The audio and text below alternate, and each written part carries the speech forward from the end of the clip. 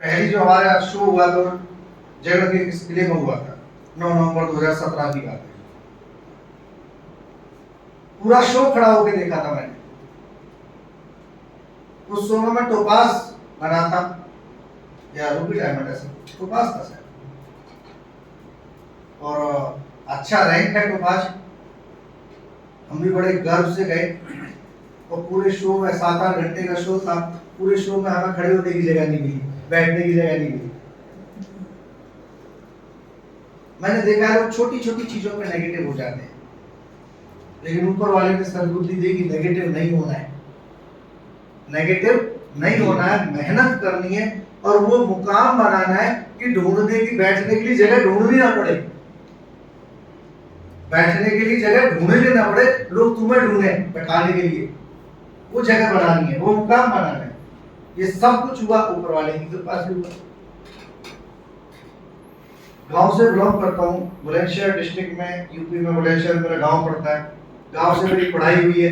लोगों को लगता है कि एक्स्ट्राऑर्डिनरी लोग होते हैं, एक्स्ट्राऑर्डिनरी कुछ भी नहीं है। गांव से पढ़ाई करी, पढ़ाई करने के बाद मैं सिटी में डिस्ट्रिक्ट बुलंदशहर में आगे ग्रेजुएशन करने के लिए वहां से पढ़ाई करी। सिविल सर्विस की तैयारी कर रहा था और सिविल सर्विसेज की तैयारी करते करते मेरी डायरेक्ट से इंडस्ट्री के अंदर एंट्री हुई, बिजनेस के अंदर एंट्री हुई।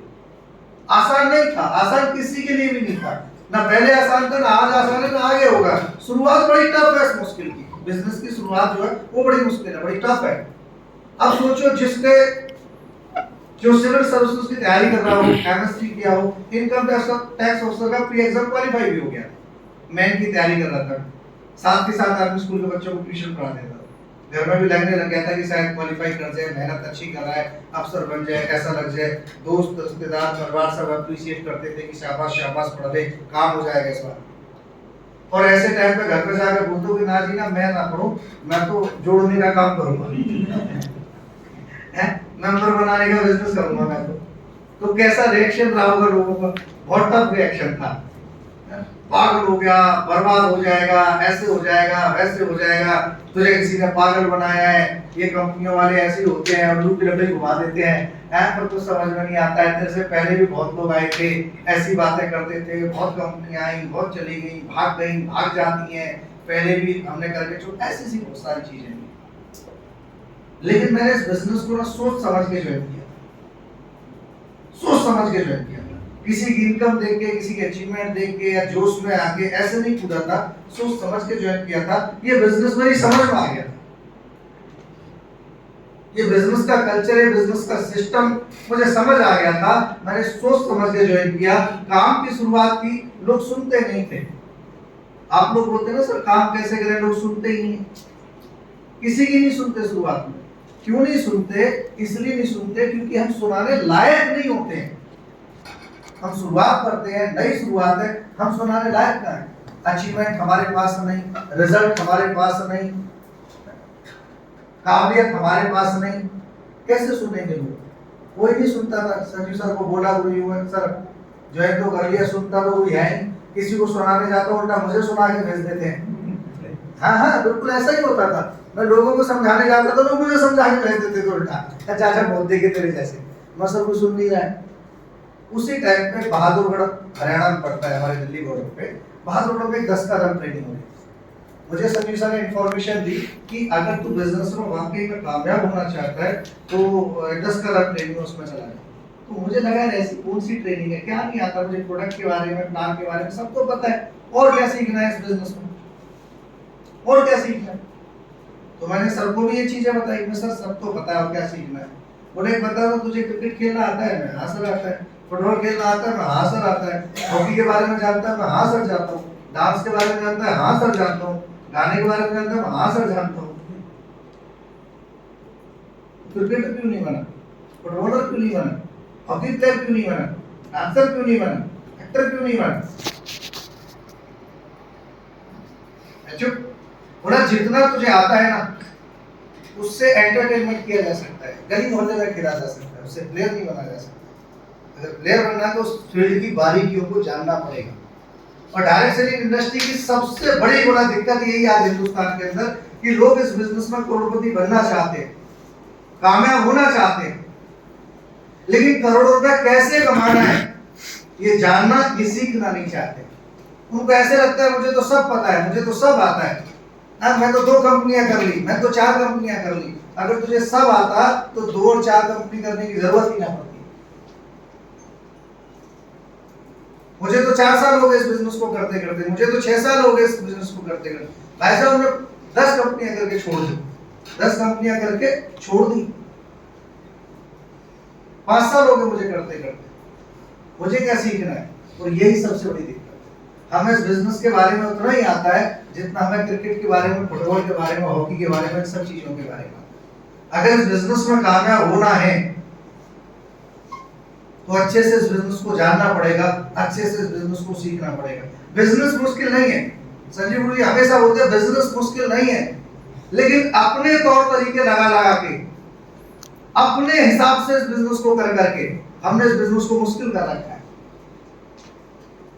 इस बिजनेस के तौर तरीके बनाए सीनियर लोगों ने, उनको फॉलो ना करके अपने तरीके से इस बिजनेस को करके हमने मुश्किल कर रखा है। लेकिन याद रखना, दुनिया का कोई भी काम, कोई भी बिजनेस हमारे तरीके से नहीं है। जो तरीका, जो सिस्टम उस चीज के लिए बना दिया गया है ना, उस तरीके को हमें फॉलो करना पड़ता है, उस सिस्टम से हमें चलना पड़ता है। अगर आपको फौज की नौकरी करनी है तो आपको फौज के हिसाब से चलना पड़ेगा, फौज आपके हिसाब से नहीं चलेगी। पुलिस की नौकरी करनी है, पुलिस के हिसाब से चलना पड़ेगा। वकील बनना तो वकालत के हिसाब से चलना पड़ेगा। हर चीज का एक सिस्टम होता है, ऐसे इस बिजनेस का भी सिस्टम।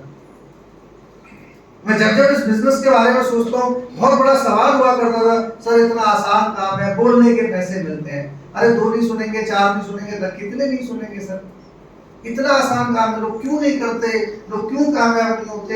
ये बहुत बड़ा सवाल था। एक बहुत बड़ी अपॉर्चुनिटी, एक करोड़ों रुपए कमाने की अपॉर्चुनिटी चल के हमारे पास आ जाती है, खुद चल के।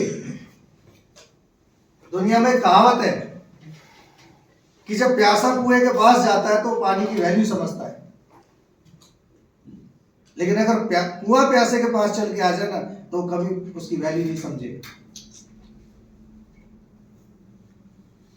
जो मेहनत करते हैं, पढ़ाई लिखाई करते हैं, नौकरी की सोच बना के, और नौकरी के लिए तैयारियां करते हैं, इंटरव्यू देते हैं, रिजेक्शन मिलते हैं, परेशान रहते हैं, तब जाके अगर हमें नौकरी मिल जाए तो हम उसकी कदर करते हैं। ये 70 करोड़ की अपॉर्चुनिटी हमारे घर पे चल के आती है। कोई घर का दरवाजा खटखटाता है, बोला भाई साहब करोड़ों कमाने, बोला चल बहुत देखे तेरे जैसे करोड़ों कमाने। अपॉर्चुनिटी चल के आई है। संजीव सर एक बात बोलते हैं, अगर इस बिजनेस को करने के 10-20 लाख खर्च करने पड़ते ना तो कोई इस बिजनेस को फिर हल्के में नहीं लेता। ये बिजनेस हमें आसानी से मिल गया है, ये बिजनेस हमें आसानी से मिल गया है। और जिंदगी में जो चीज आसानी से इजी मिल जाए तो कदर ना करना तो लाजमी है। जैसे कई बार हम अपने प्रोडक्ट प्लान में बोलते हैं शरीर हमें बड़ा फ्री में मिल गया एक तरह से, इसलिए कदर नहीं करते हैं, डस्टबिन बना के रखते हैं, कुछ भी डाल देते हैं। ठीक है, तो ये बिजनेस हमें बड़ी आसानी से मिल गया। बिजनेस में एंट्री करने के तरीके अलग अलग हैं। लोगों से पूछते हैं जब लोग मिलते हैं, सर हमने भी ऐसा एक काम, ऐसा एक बिजनेस किया था, कौन सी कंपनी थी? बोला कंपनी का तो पता नहीं। क्या प्लान था? बोला प्लान कुछ नहीं पता। फिर कैसे किया था? बोला वो प्लान रिश्तेदार आए थे हमारे, वो भीमवान रिश्तेदार है, वो आ गए और वो जबरदस्ती सी करने लग गए। तो समझ में तो हमारी को कुछ आया नहीं, लेकिन हमने सोचा ना रिश्तेदारी क्यों बिगाड़नी है, हमने 6 हजार उठा के दे दी। वो हमारे घर पर प्रोडक्ट लग गए। भाई साहब ऐसे के ऐसे रखे, हमें तो नहीं करना है क्या है। तो आपको क्या लग रहा है, क्या वो व्यक्ति बिजनेस करने आया था? नहीं, उसने तो सिर्फ अपनी रिश्तेदारी बचाने की वजह से ज्वाइन कर लिया था, तो कामयाब होना ही नहीं था।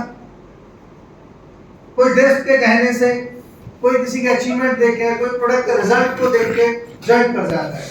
लेकिन जो लोग वाकई में सोच समझ के इस बिजनेस को ज्वाइन करते हैं, इस बिजनेस के हिसाब से चलते हैं, सिस्टम के हिसाब से चलते हैं, वो लोग 100%, 99 नहीं 100% कामयाब होते हैं, 100%।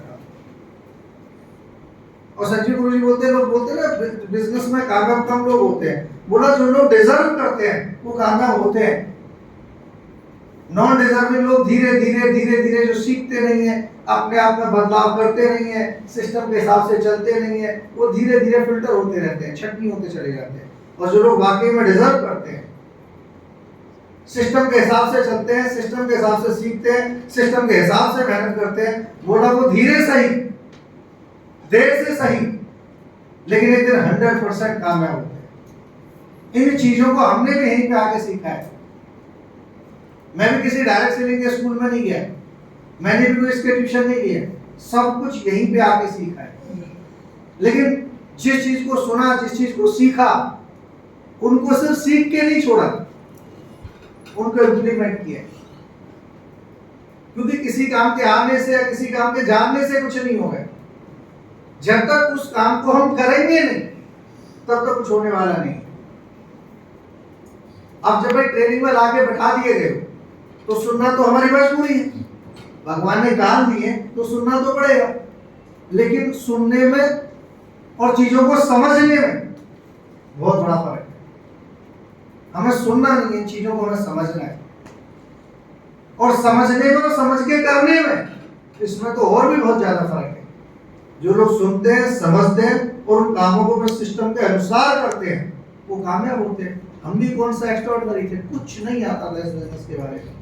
वो अलग बात थी, मैं मैथ का स्टूडेंट था, मैथमेटिक्स मेरी बहुत अच्छी थी, वो अलग बात थी, लेकिन बिजनेस के बारे में कुछ नहीं आता था। तो जिनको बिजनेस के बारे में आता था, पहले तो उनसे सीखा और फिर उन कामों को किया और यहाँ पे पहुंच गए।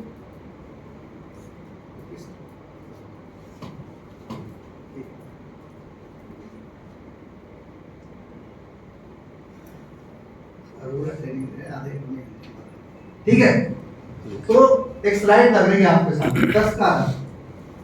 ये ट्रेनिंग क्या है, ये क्यों बनाई गई थी? संजीव गुरु जी बोलते हैं अपना डायरेक्ट सेलिंग में हिंदुस्तान के अंदर फेलियर होने की वजह क्या है। बोला बिजनेस में लोग आ जाते हैं, जैसे मैंने बोला ना, हर काम को सीखना पड़ता है, हर काम को इस दुनिया में सीखना पड़ता है।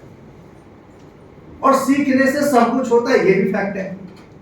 जब इस दुनिया में हम पैदा हुए, क्या आता था हमें?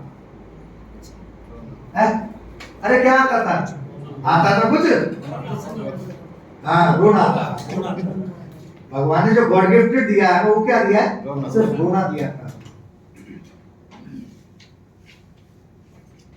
उसके अलावा हर काम हमने सीखा है, छोटे से छोटा काम, बड़े। आप सोच के देखो इस मैटर पे, कभी लाखों काम सीखे हमने। अगर छोटे छोटे कामों की हम बात करें तो लाखों काम।